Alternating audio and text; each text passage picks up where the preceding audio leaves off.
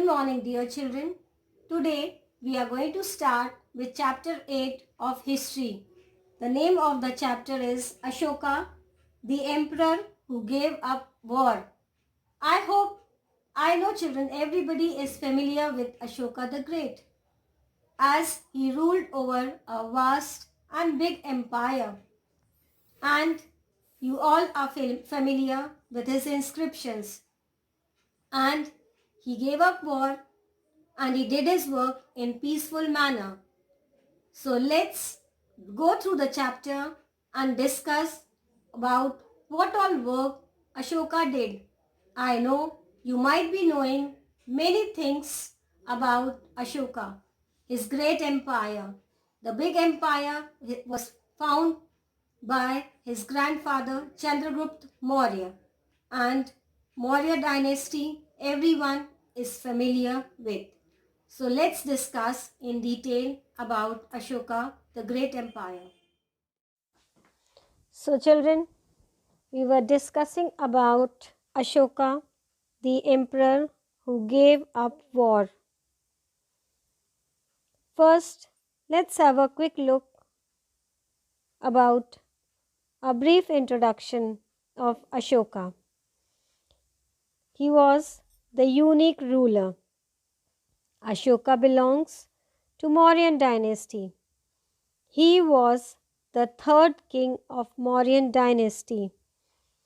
He was the only ruler who gave up war. After Culling War, he took Buddhism as his religion. Let's see the history of Ashoka. He ascended the throne of Mauryan Empire in the year 272 BC. From that time started his journey. He became the viceroy of Avanti province in the year 286. Ashoka's birth was in the year 304 BC. Then came the Battle of Kalinga and then started with his journey. The empire that Ashoka ruled was founded by his grandfather named Chandragupta Maurya. Chandragupta was supported by Chanakya. The Mauryan capital was Patliputra. Children, you might be wondering, how are empires different from kingdom? So let's see what is the difference between the two. Emperors need more resources than kings because empires are larger than kingdoms and need to be protected by big armies. So also they need a larger number of officials who collect taxes. The major points, the three major cities about the Mauryan Empire, the three major cities of the Mauryan Empire were Patliputra, Ujjain, Taxila. The area around Patliputra was under the direct control of the emperor. Besides, there were vast as between these centers, the Mauryan Empire tried to control roads, railways, and which were important for transport. So this is a brief difference between the empires and the kingdom. Now children, let's have a quick look about the important features of Mauryan Empire. As the empire was so big, so large, different parts were ruled differently. The area around Patliputra was under the direct control of the empire. Then let's see the tributes. Unlike taxes which were collected on a regular basis, tribute was collected as and when it was possible from people who gave a variety of things, not only money. Collection of tributes, that is, types of tributes. There were also the forested regions. People living in these areas were more or less independent, but many have been expected to provide elephants, timber, honey, wax to these Mauryan officials. Then the Mauryans, they tried to control roads, rivers, which were very important for transportation. And they also collected various things as taxes. The emperor and the capital city. Megasthenes was an ambassador who was sent to the court of Chandragupta by the Greek ruler of West Asia named Seleucus Nicator. Megasthenes' children, he wrote an account about what he saw. So this is a part of the description. You can go through it. What all he noticed about the Emperor Ashoka and his capital city. And he has described in this small paragraph. You can go through it and enjoy it. Then Ashoka, he was a unique ruler. Why? He was known as a unique ruler.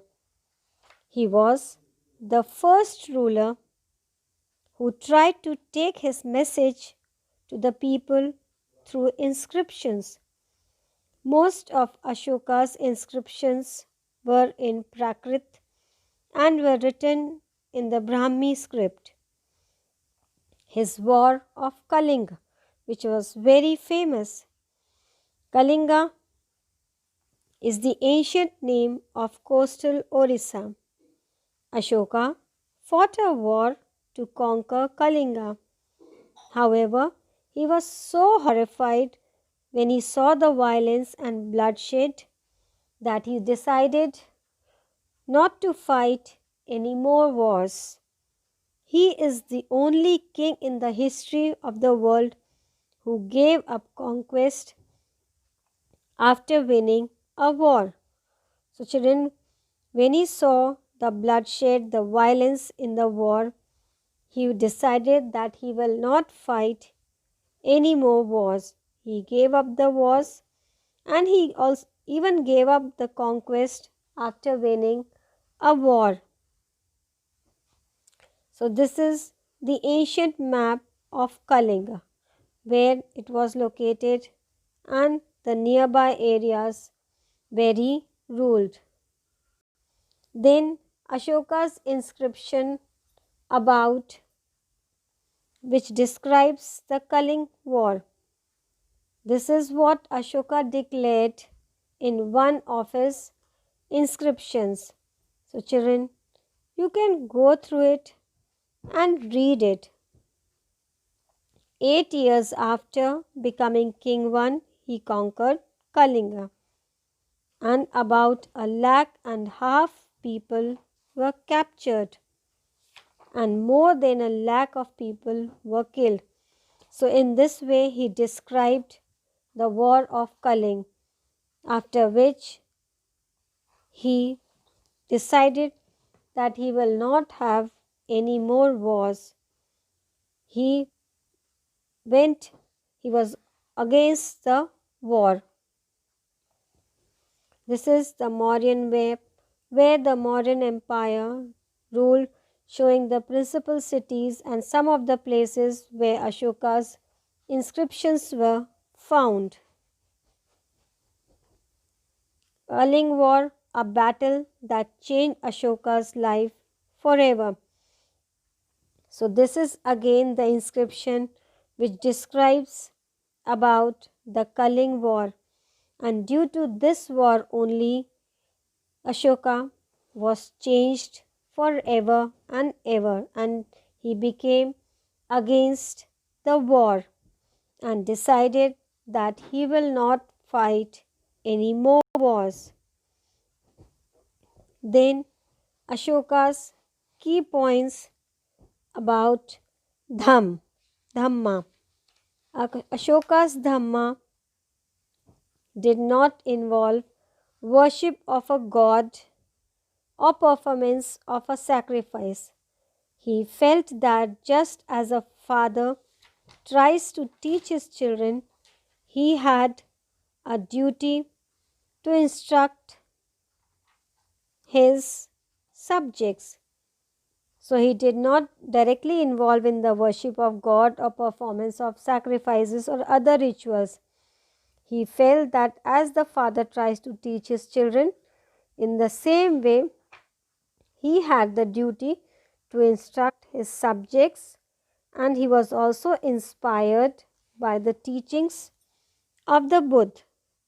Then he also believed in resolving conflicts. People in the empire followed different religions, and this sometimes led to conflicts. Ashoka felt it was his duty to solve all these problems. So he appointed officials which were known as Dhamma Mahamata, who went from place to place teaching people about Dhamma.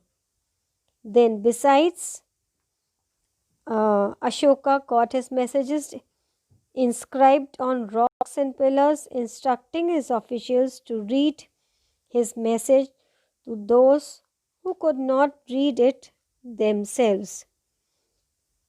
Ashoka also sent messengers to spread ideas about Dhamma to other islands such as Syria, Egypt, Greece, and Sri Lanka. So, children, these were some of the key points about Ashoka's Dhammas. I hope this much you all have understood about Ashoka. Rest of the things like his messages to his subjects and different points related with Ashoka we'll be studying in the next class. Go through the chapter. That's all for today. Thank you. Have a good day.